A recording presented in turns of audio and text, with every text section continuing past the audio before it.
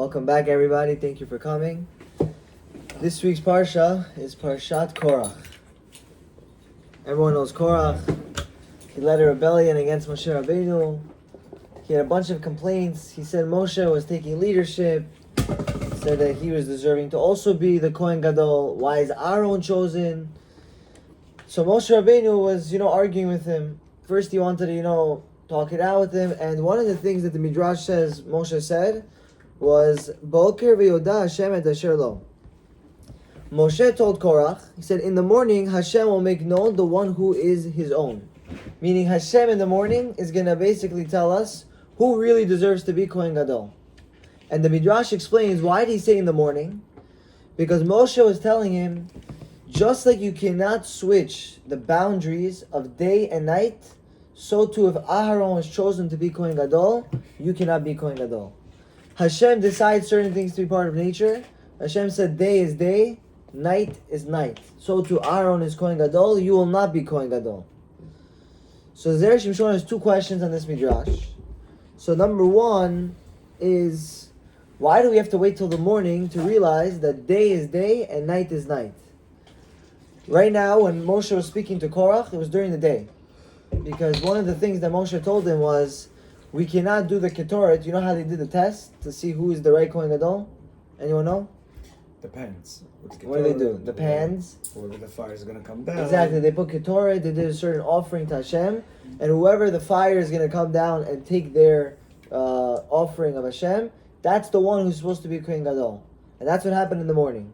But why couldn't they do it that same day?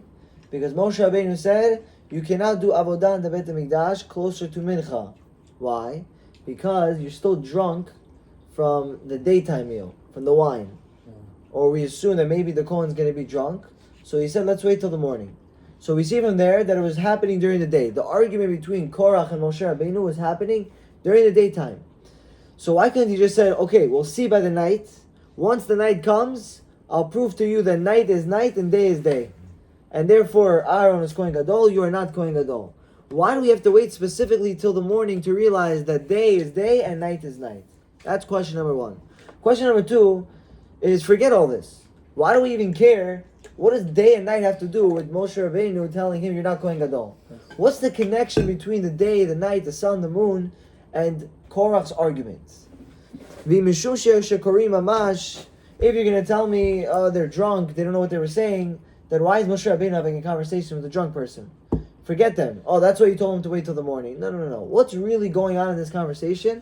And why is Moshe Rabbeinu bringing up day and night, sun and the moon? So, the Zera Shimshon says something beautiful. This is a very deep concept, extremely deep. And if we take this lesson into our hearts, we can be our own leaders. We're going to see why. There's a Midrash in Parashat Bereshit. It says, Ve'et kochavim, Hashem created, we know, two great luminaries, the Pasuk says. Luminaries means the sun and the moon. So there's two great luminaries, the sun and the moon. And Hashem took one of the luminaries, the sun, and he placed it to rule over the day. And then he took the second luminary, which was the moon, and he placed it over the nighttime. And then who got the host of the stars? Who got the company of the stars? Moon. The moon. But not until it got reduced. Apparently there were no stars. What do you mean? Did you know that?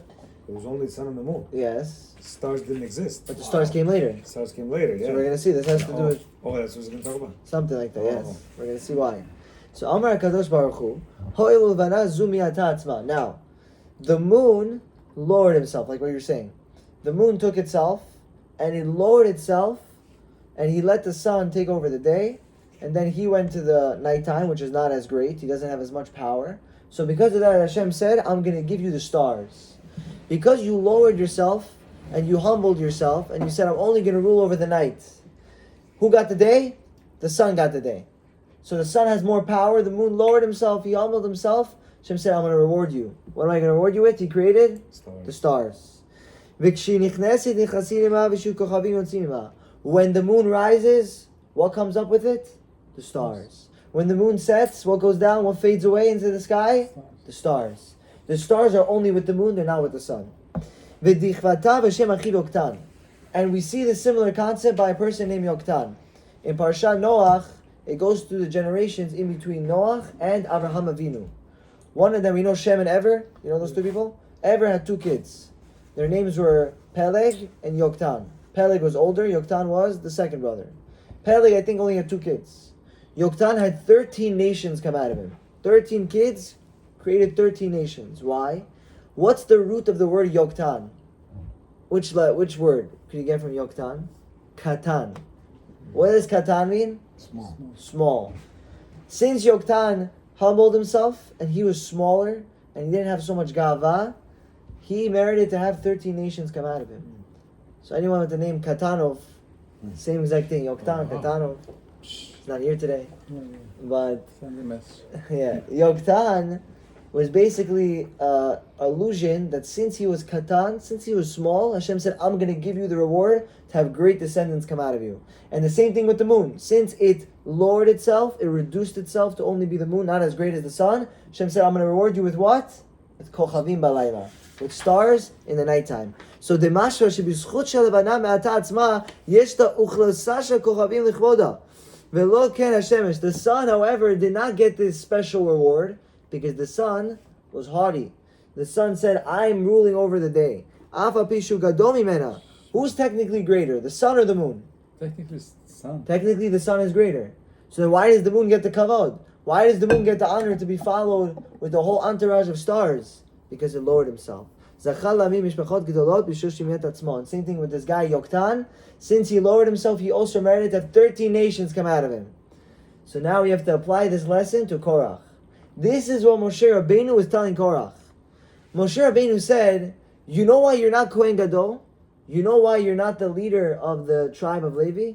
If you remember, what was the argument that Korach had with Moshe? One of the points. He said he had a cousin. His cousin's name was Eli Tzafan. Heard of this name ever? Eli Tzafan was the cousin of Korach and Moshe Rabbeinu. They were all cousins. They came from Levi, in the tribe of the family of Kehat. Levi had a child. His name was Kehat. Kehat came out 4 children. One of them was Amram, which was Moshe's father. And all these cousins, one of them were appointed, his name was Eli Tzafan, to be the prince of Levi. Korach got jealous. He said, I am higher up in the family tree. I deserve to be the prince of the tribe of Levi. How come Moshe Rabbeinu picked my younger cousin Eli Tzafan to be the prince? This was his argument. So, Lekach amar lo Moshe, therefore Korach was told by Moshe, Lidvarecha shegdulot olchot achar gedolim ken, hashemesh tzarich lekochavim. He says, according to you, who deserves greatness? Who deserves high status? According to Korach. If you are greater, you deserve to be the leader. You deserve greatness if you're greater, if you're bigger. Korach says, I'm bigger. So he says, look at the sun. The sun who is greater than the moon. Yes, the sun has greater shining. The sun is more bright. It's bigger. So if it's bigger, then what happens? Why doesn't it have the stars around him? Why isn't it the leader of the Kochavim? Moshe is telling him, you make no sense. According to your logic, the stars should come out with the sun, not with the moon. So he said, let's look, tomorrow morning, are the stars going to come out with the sun, or are they not? If the stars come out with the sun, you will become the leader, you will become the prince. If the suns are going to come out with the moon only, you will lose your title. Because who deserves to have leadership? The people who humble themselves. And he says, you, Korach, you're not humbling yourself. If you go right now, demand kavod. Let's say a guy goes into the shul and says, I want to be the president of the shul. Is he demanding kavod? If he says, I want to be the rabbi over here because I want people to stand up for me. What's he doing? He's demanding kavod. So he tells Korach, if anything, you're the opposite. You have gava. You think you're greater, you're like the sun. And the sun has no stars around it. The sun does not deserve to be the leader. Do you hear this lesson? You hear this lesson, this powerful lesson he's telling to Korach. V'zeu shamru begamara sha'alu shemesh v'yarech lizvul. And it says that the sun and the moon both went up to Shemayim. They both went up to the heavenly abode. And they went to HaKadosh Baruch Hu and they said like this, Hashem, you better make Moshe Rabbeinu win. Because if Moshe doesn't win, our whole purpose makes no sense. Because the sun tells Hashem, why don't I have the stars? It's not fair. If you're going to make Korach the leader, if you're going to justify Korach's claim, and you're going to make him the prince of the tribe of Levi, then what are you doing? You're telling me the sun, I deserve stars. Give me the stars. And same thing with the moon. The moon says, you know why I humbled myself? Because there's a rule. You can never have two kings under one crown. How's it like having three bosses? Do they know how to run the business? Yeah? But each one is its own king. Let's say one wants to do one thing, another wants to do another, and then the other guy wants to do another. How do they deal with it? They have to come to a Conclusion. But usually a king, what does a king mean? King's not a boss. Boss could say something, not everyone has to follow. A king says a verdict, says the verdict. A king is a ruler. So he said you cannot have two rulers in the sky. Only one. So what did the moon do? I'm going to humble myself. The moon said, I'm going to give up the crown for the sun. I'm going to make the sun greater. I'm going to give the sun its power, its shine, and I'm going to become lower. And because of that, what? Didn't the moon get punished? That's why it became lower? Like, that's why it... So there's always many explanations, but one of them is that he humbled himself. He gave up the crown for the sun. Some say he purposely did that so that he became lower. Many different explanations. So the feed of Ram Yochalim Liyot Shnei Malachim Shavim. And now the moon says, you know, how many people did Korach have in his assembly? 250. You know, each one of these 250 people wanted to be Kohen Gadol. Can you imagine that? Each one said, we're going to be Kohen Gadol. So they made an agreement between all of them. We will all be the Kohen Gadolim. Which makes no sense. The moon says, you cannot have 250 people doing the same great position. And if you're going to allow Korach to win, and allow all 250 of them to be Kohen Gadol, then he says, why did I have to give up my position in the sky? Why couldn't I be joining forces with the sun? So both the sun and the moon had claims against Hashem if they would make Korach win. So they said, better be Moshe Rabbeinu, better win tomorrow. And the earth, we know at the end of the day, swallowed up, opened up, and swallowed Korach. But what's the lesson we have to see from what Moshe is telling Korach? He's telling Korach, if you want to become a leader with followers, if you want to become a ruler with subjects and a king with a nation, what do you have to do? You have to humble yourself. A person who thinks he's so big, he thinks he's the sun, he's bright, he picks himself tall, he does everything in his power to make people serve him, what's he really doing? He's putting the kavod away from him. You want to gain status, you want to be the leader of a company, you want to be CEO, you want to become a rabbi, Rosh Hashiva, and whatever category that you want people to follow you, the only way people follow a person is when you become a nava. When you're an anav, then you have the people's following. Who was the greatest leader in the times of the Jewish people ever in history? Moshe Rabbeinu. We came out of Mitzrayim. We were freed from being slaves. He led us in the desert. We got the Torah, and he brought us all the way to Eretz Yisrael. He was the greatest leader we ever had. And what does it say about him? He was the most humblest person on planet Earth to ever have lived. Because leadership comes with humbleness. You want to be great, you want people to follow you, you must be humble. And there's a beautiful story I saw in the Ben Ish Chai. I have this book, it has a lot of stories from it. And the story goes like this. There was a king who had a certain minister. His name was, this Jewish guy, his name was Danny. Okay? So this Jewish minister, Danny, he was the treasurer. He had all the money. He had the safe to all the important documents. He was very trusted by the king. Minister Danny. Now there was a second minister, a wicked guy. He didn't like the Jewish minister. His name was Frank. So Minister Frank, he went along and he wanted to, mess up the Jewish guy. So how did he do it? He went to his servant, the Jewish minister's servant. Got that? So the minister's servant, he went up to him and he said, Mr. Servant, we'll call him Maishi. Maishi, you know your master, Danny? Go to him and steal the key to the safe, take it from his pocket. Go to the safe, take out the documents, these confidential documents. Bring them to me, I'm going to give you money.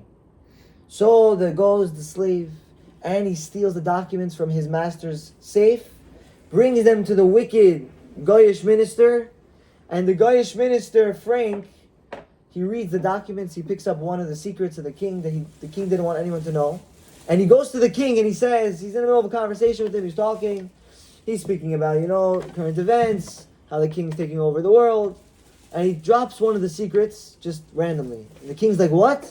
How do you know that secret? I thought it was confidential. So he says, you know who told me? Minister Dan.